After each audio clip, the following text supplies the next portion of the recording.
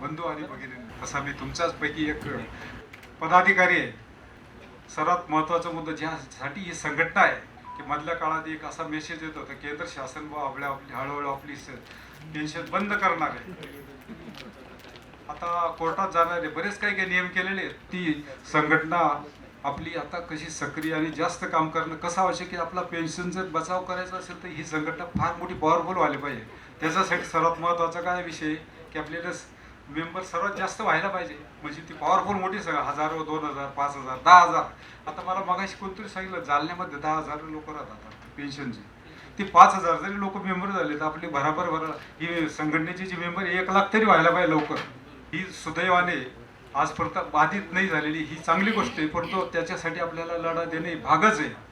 All India लेवलला आमची जे सहभाग घेणं आवश्यक आहे या संदर्भात मी मला बोलणार होतो, परंतु वेळ नसल्यामुळे पुन्हा मी नंतर सविस्तर याबद्दल विवेचन करतो.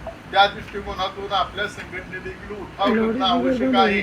अन्यथा 31/12/2025 नंतर जे रिटायर होणाऱ्यासाठी वेगळं पेन्शनचं धोरण आहे ना आपल्यासाठी वेगळं पेन्शनचं धोरण आहे, जे त्यांनी 2006 मध्ये केलेलं होतं त्याचं डिस्क्रिमिनेशन सरकार करत आहे. आणि त्या दृष्टिकोनातून आपण जर उठाव जर केला नाही तर निश्चितपणे आपला DA पेन्शन फ्रीज होईल. आणि त्याचं उत्तम उदाहरण म्हणजे कर्नाटकने 75,000 सिलिंग देखील लावलेलं आहे. आणि पोकळे साहेबचं आमचं त्याच्यावर मधून बोलणं चालू आहे, त्याच्याबद्दल अभ्यासही चालू आहे, त्यांचा चालू आहे, वकिलांचा सल्ला घेतोय. आणखी बऱ्याच गोष्टी आता सुदैवाने आपल्याला दळवी साहेबच असल्यामुळे याबद्दल आपल्याला जेव्हा लढाई द्यायची वेळ तेव्हा आता देऊच, आपण द्यायची मानसिक आता तयारी आजपासून करा.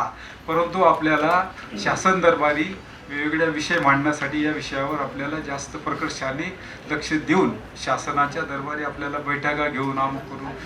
दळवी साहेबांच्या अध्यक्षतेखाली आम्ही सगळे आहेत, आपण निश्चितपणे करू. जय हिंद, जय महाराष्ट्र, जय संघर्ष.